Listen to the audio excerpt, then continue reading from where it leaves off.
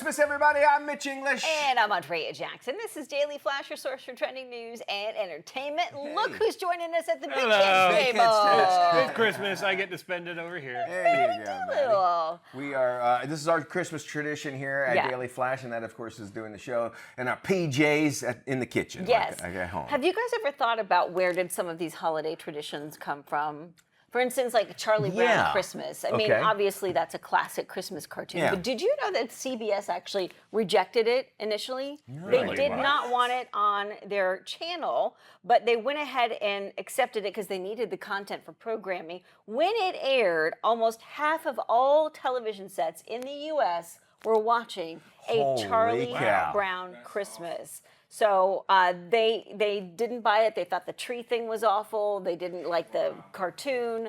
And you watch it, and which is apropos for Charlie Brown. Yes. If you think about it, like Charlie Brown, the character Charlie Brown, because no one likes him and that sort of thing, and he seems to be everybody's favorite. He's a bald 5-year-old. Like that. Get that weird curl thing.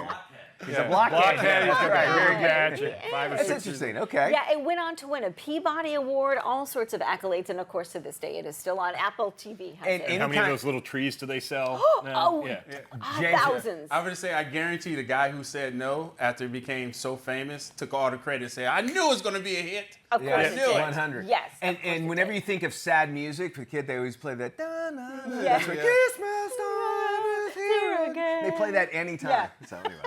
Elf on the Shelf. That had to be a marketing thing. So more than 13 million elves have been adopted since 2005 when a woman by the name of Carol Abersold and her daughter, Shonda, published the book Elf on a Shelf, A Christmas Tradition that came with the toy. Social media had a huge part in promoting that. I do love when people get creative with that thing. And they just get absurd with it. Well, parents go into it saying, this is going to be great. Third day, they're like, I'm over it. where's he going to wind up just now? to do that. Really? Oh, the Well, he does it on his own, but the elf. elf runs around, so you have to find him. It's going to be interesting in my house. We love a good Yule log here on Daily Flash. Oh, we do, don't we? Yeah, Yule logs were part of the ancient winter solstice celebrations, but Americans turned the Yule log into a huge television must-see when WPIX-TV in New York City aired a continuous 17-second loop of a fireplace for 3 hours with holiday music, and it was the highest-rated show during Christmas. I love that. And now, though, with streaming, you can do it anytime. You can pick your Yule log and your takes theme. it away. It does, Those YouTube pages that have it, and Yes. the clicks they for a 13-hour loop of whatever is on there. That's where the money is. But the rawness and of it being broadcast, it was like a tradition, I guess. Yeah, right? I think so too. And then to find it on your television, that was always part of it too. What about ugly Christmas sweaters?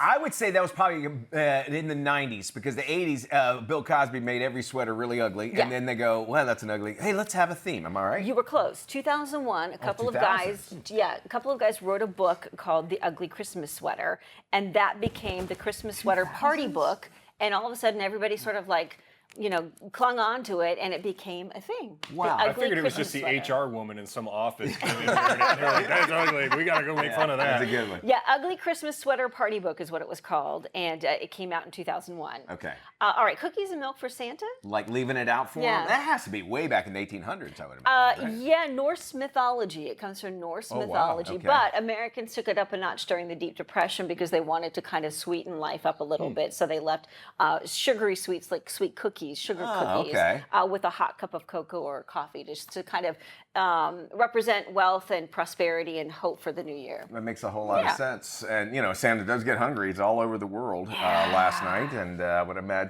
being today would, he's you think Santa's like, you know what, cookies. no more of these quickie fast food cookies. I want the Crumble gift card. And I don't want them to be gluten-free. I don't want, right? I want oat Bougie milk. Santa. I want oat milk out there. Like, it can't be. You gotta leave carrots for the Carrots for the reindeer. I like that. Yes. All right, we got more Flash right here. You got Matt, Andrea, Mitch, and Franklin from Charlie Brown in there.